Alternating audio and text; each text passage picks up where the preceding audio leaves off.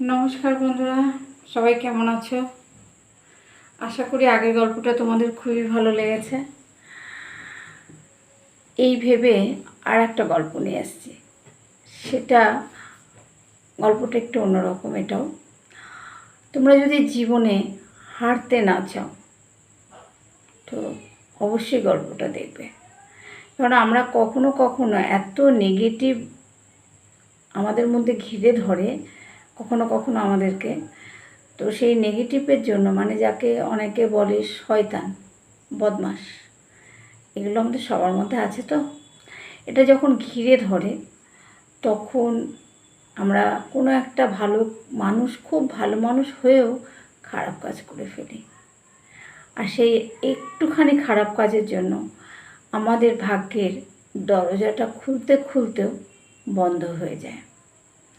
তো আজকে সেই গল্প নিয়ে এসেছি আপনাদের সামনে।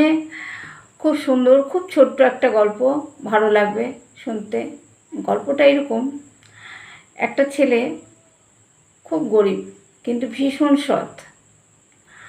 সে যেখানে কাজ করত হঠাৎ তার মনিব তাকে একদিন তাড়িয়ে দিল।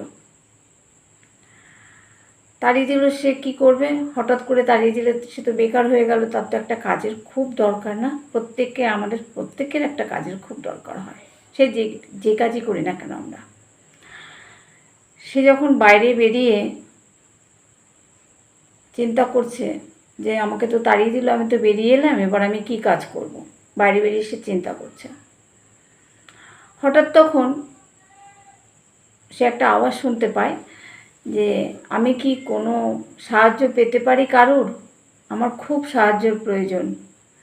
ছেলেটা পেছন ঘুরে দেখে এবং দেখে এক বয়স্ক বৃদ্ধ লোক, কাছে তিনটে যাকে বলবো, কি বলবো, টোপলা বস্তা ভরা।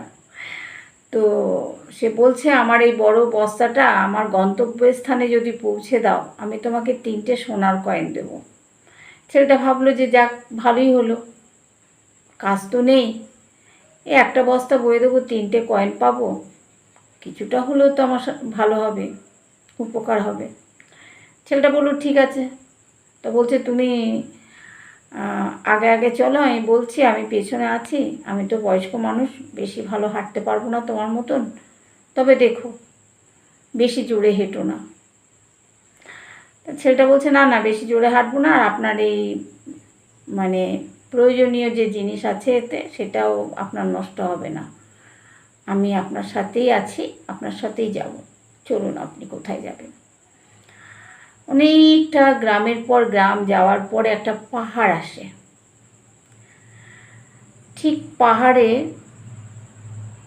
ওঠার সময় বৃদ্ধ লোকটা বলল যে আমার কাছে তো আরও 2টো এরকম প্রয়োজনীয় জিনিসপত্র ভরা 2টো ব্যাগ আছে,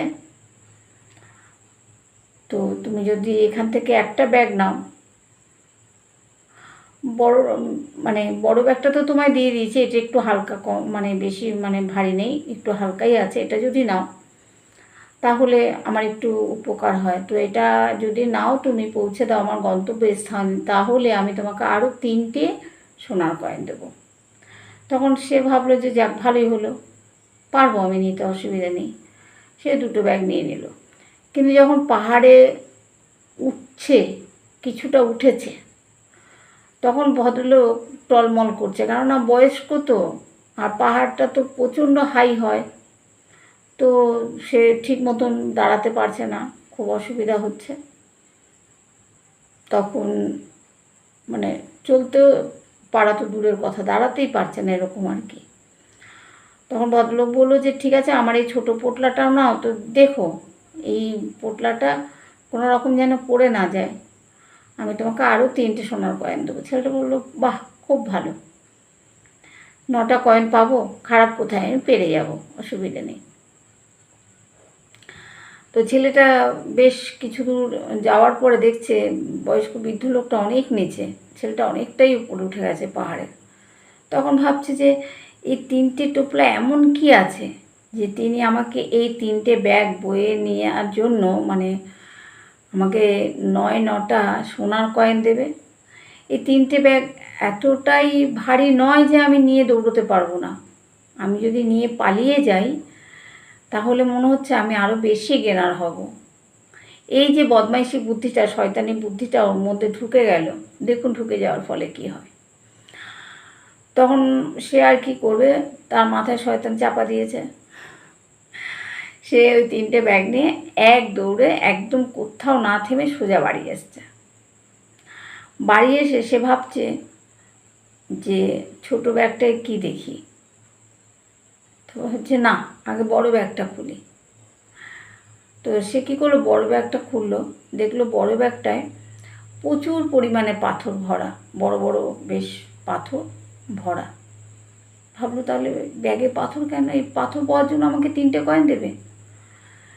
তারপরে তোমার ছোট ব্যাগটা খুললো,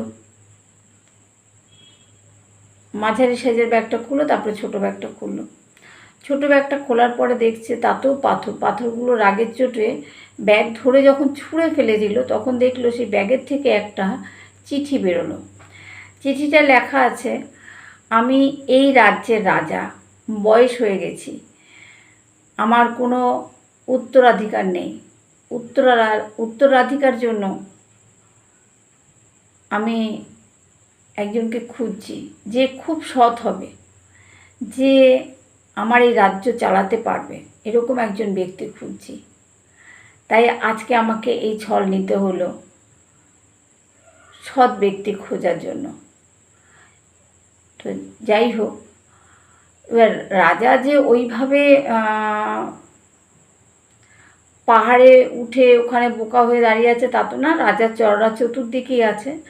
রাজার চররা তখন ওই ছেলেটাকে করে